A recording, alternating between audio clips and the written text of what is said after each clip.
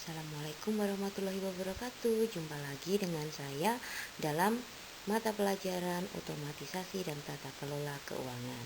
Dalam pertemuan kali ini, kita akan belajar tentang ruang lingkup administrasi keuangan.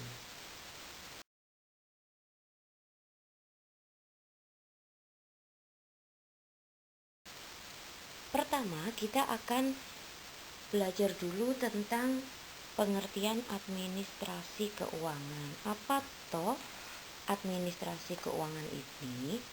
Menurut Deliangki, administrasi keuangan adalah proses perencanaan, penyediaan, dan penggunaan uang dalam suatu perusahaan atau organisasi. Jadi, pelaksanaan administrasi keuangan yang baik itu akan berdampak positif pada produktivitas dan juga bagi suasana kerja.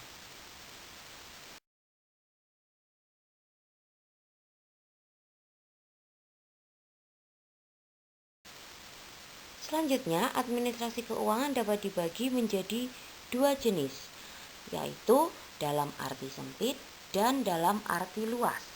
Dalam arti sempit, administrasi keuangan adalah semua aktivitas yang berhubungan dengan pencatatan pemasukan dan pengeluaran untuk pembiayaan berbagai kegiatan organisasi. Jadi, administrasi keuangan ini dapat berbentuk tata usaha ataupun tata pembukuan keuangan.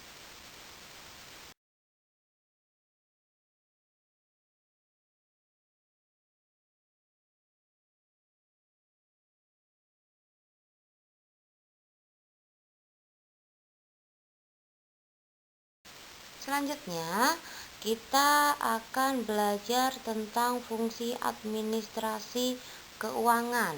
Fungsi administrasi keuangan ini ada 4 fungsi. Yang pertama, fungsi investasi, fungsi pencarian dana, fungsi pembelanjaan, dan fungsi pembagian laba. Pertama, fungsi investasi itu adalah aktivitas pengelolaan dana ke dalam aset yang dipakai untuk mencapai tujuan organisasi. Di sini, investasi bisa didapatkan dari modal organisasi atau dari luar organisasi. Investasi dapat dibagi menjadi dua kelompok, yaitu investasi jangka pendek dan investasi jangka panjang. Yang kedua, pencarian dana, yaitu mencari modal untuk membiayai semua aktivitas yang dilakukan oleh organisasi serta memilah berbagai sumber daya yang tepat untuk tiap-tiap jenis kebutuhan. Yang ketiga, fungsi pembelanjaan. Fungsi pembelanjaan ini adalah semua kegiatan yang berkaitan dengan penggunaan untuk membiayai seluruh kegiatan organisasi. Dan yang terakhir, yang keempat, pembagian laba. Pembagian laba ini adalah kegiatan pembuatan dan penentuan aturan pembagian keuntungan hasil usaha. Fungsi dari pembagian laba ini juga dapat dimasukkan ke dalam fungsi pencarian dana.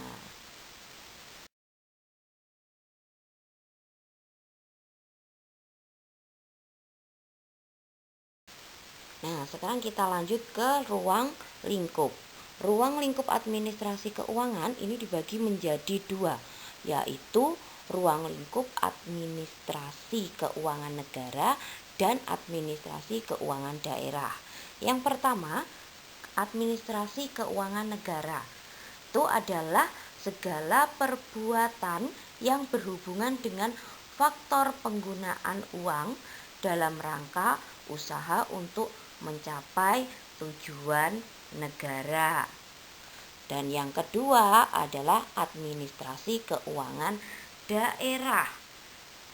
Administrasi keuangan daerah itu adalah semua hak dan kewajiban daerah dalam rangka menyelenggarakan pemerintahan daerah yang dapat dinilai dengan uang, termasuk di dalamnya adalah segala bentuk kekayaan yang berhubungan dengan hak dan kewajiban daerah tersebut. Jadi, prinsip keuangan daerah ini mengandung unsur-unsur yang dapat dinilai dengan uang, diantaranya hak daerah, kewajiban daerah, serta kekayaan yang berhubungan dengan pelaksanaan hak dan kewajiban.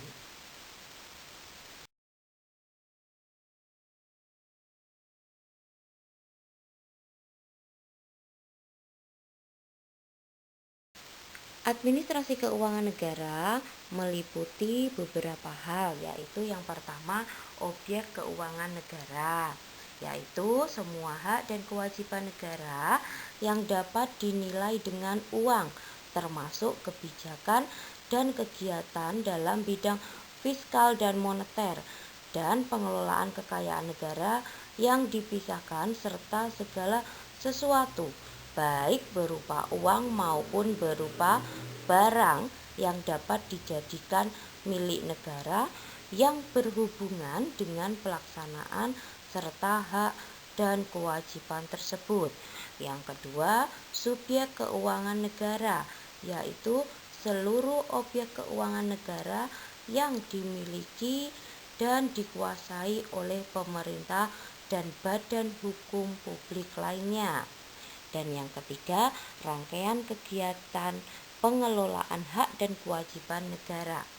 Hak dan kewajiban negara ini dapat dinilai dengan uang, dimulai dari perumusan kebijakan dan pengambilan keputusan sampai dengan pertanggungjawabannya. Yang keempat, tujuan seluruh kebijakan. Tujuan seluruh kebijakan, kegiatan, dan hubungan hukum yang berkaitan dengan pemilikan dan atau penguasaan objek keuangan negara ini dimaksudkan dalam rangka penyelenggaraan pemerintahan negara. Cukup sekian materi yang dapat saya sampaikan untuk hari ini. Terima kasih atas perhatiannya. Tetap semangat, selalu jaga kesehatan. Sampai jumpa di pertemuan selanjutnya.